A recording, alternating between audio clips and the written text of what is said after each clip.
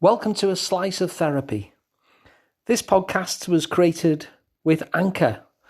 And if you've not heard of Anchor, let me explain. It's free. It's a really easy way to make a podcast. And it helps me because I can just do this every day directly into my phone, because there's creation tools that allow you to record and edit your podcast right from your phone or computer. So if you fancy making a podcast too, download the free Anchor app or go to anchor.fm to get started. In today's episode, I'm going to share with you what the secret ingredient of change actually is. You see, when people change in their lives, there's always a whole range of different variables that contribute to that. And yet what I notice is that there's an ingredient there that's always present. So there might be some things that aren't there sometimes when change happens. There might be other things that aren't there when change happens, but there's this one particular ingredient that always seems to be there when change happens. And so I want to spend this episode telling you what that is. Because one of the great things about doing this podcast, and indeed one of the great things about being a therapist, particularly in the way that I work, which is, I'd argue, slightly different to the way that many work. One of the great things about both of those things is that I get to experience people changing. I get to experience people experiencing a difference in their lives. And so I get to witness that either because they tell me, as in the case of the podcast, or because I'm sharing that journey in the case of therapy. And whenever that change happens, there is a constant variable that seems to be there all the time. And it's exemplified really in terms of, the messages I get sometimes in terms of feedback for these episodes, when these episodes have been useful. Because the thing that I notice is that what's most useful about these episodes isn't my words of expertise or wisdom or any of that stuff, really. What makes a difference for people and what makes these episodes useful is not so much what I say, but how what I say intersects with what that person already knows. So somebody will listen to the podcast and my ideas on their own might be okay, might be not.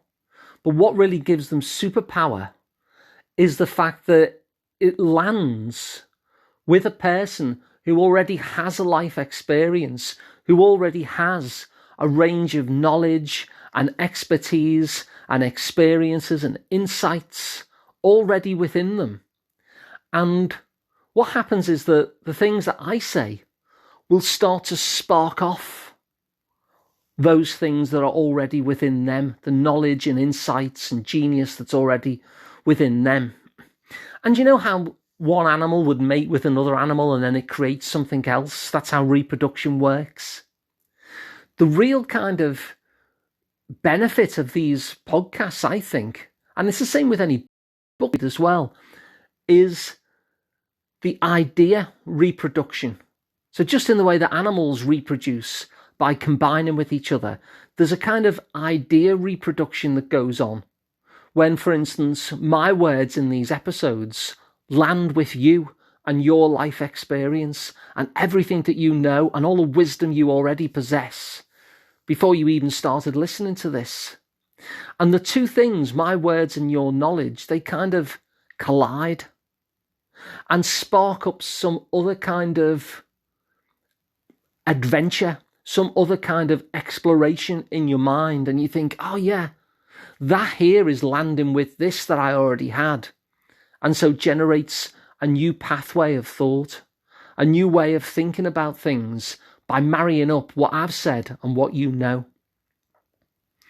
And I see this in therapy all the time as well.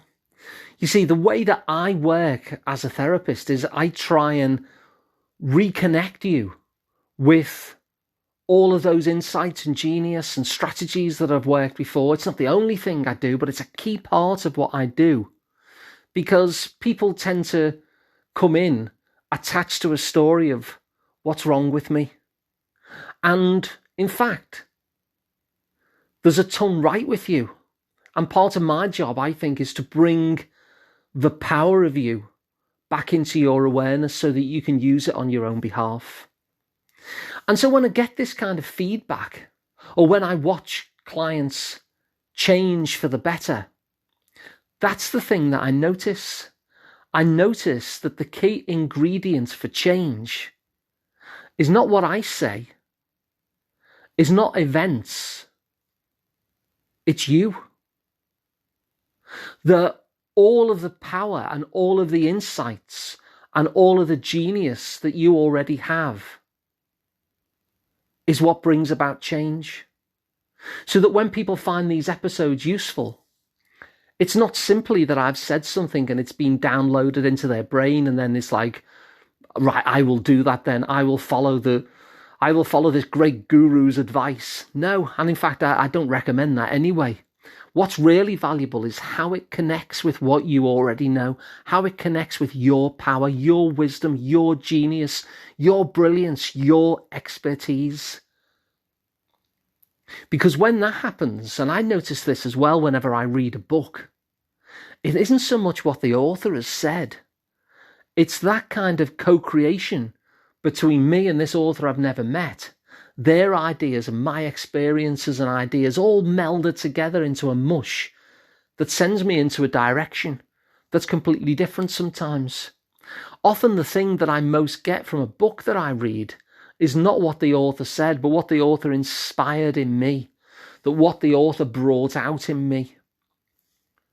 And so this is why I say that the secret ingredient to change is you, because within you is already the resources and strategies.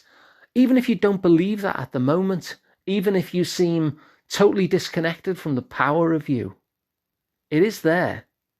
And so part of my job as a therapist, and part of my job really even doing these episodes, is to help you reconnect with that. And where people really get value from these episodes, it tends to be not when they're just following it, but where these ideas connect with something that you already know.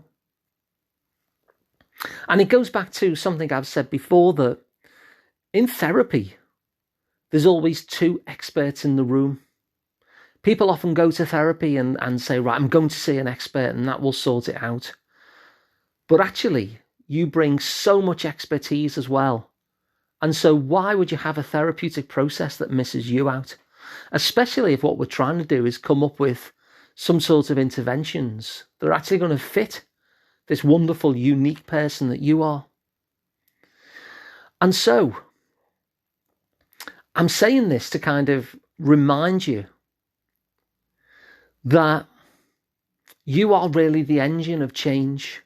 And even if it doesn't feel like that sometimes, a big part of what will lead to change is to focus on those strengths, those attributes, those values of yours. Often, in fact, the things that you don't want to change about you are the things that you will call upon in order to bring change in other areas. And in fact, often the change that you're seeking, when you notice your resources and your strengths and what's going well in life, and where the change that you want is already showing up, you'll realize actually the change is already happening. And who made that change but you? And so a lot of the time, change isn't even change, it's more expansion. It's more about doing more of what you want. But I'm reminded constantly, whenever I do therapy work or whenever somebody feeds back to me about an episode that's been useful, that the really useful thing isn't me. It's the sense of how the things that I've said or the questions that I invite you to ask of yourselves intersect with who you already are and what you already know and the genius that you already have and the insight and the experience and knowledge and values that you actually brought to the party. And so the usefulness of anything is never really what an author writes or a therapist says or a podcaster should talk about. It's how that lands with you and how that creates this kind of wonderful sort of merging between what I've said on this episode and what you already know. And that's really where the magic is. And that's where the magic of changing is as well. And so when I think about what's the secret ingredient of change that's always there, it's a simple answer, really. It's you. And so the way I see therapy is to dig into what that is, dig into all the kind of wonderfulness of you, that within this kind of story of what's wrong with me, that you might be disconnected to in this moment. And so that might be a different way of thinking about the plight that you're in or thinking about the difficulties of life, is to kind of realize that in my experience, both of doing this podcast and of being a therapist, that it's actually the intersection of me and you that is the real crucible of creation, if you like. It's that intersection between us that makes the difference. And so the thing that's always, always present is you. So thanks for listening. If you find it useful, please share it. If you want to work with me directly, I'm Alun Parry. You'll find me at liverpoolpsychotherapy.co.uk. And please do subscribe to the podcast as well. It's completely free wherever you get your podcasts from. So thanks for listening. I'll be back again tomorrow with another one.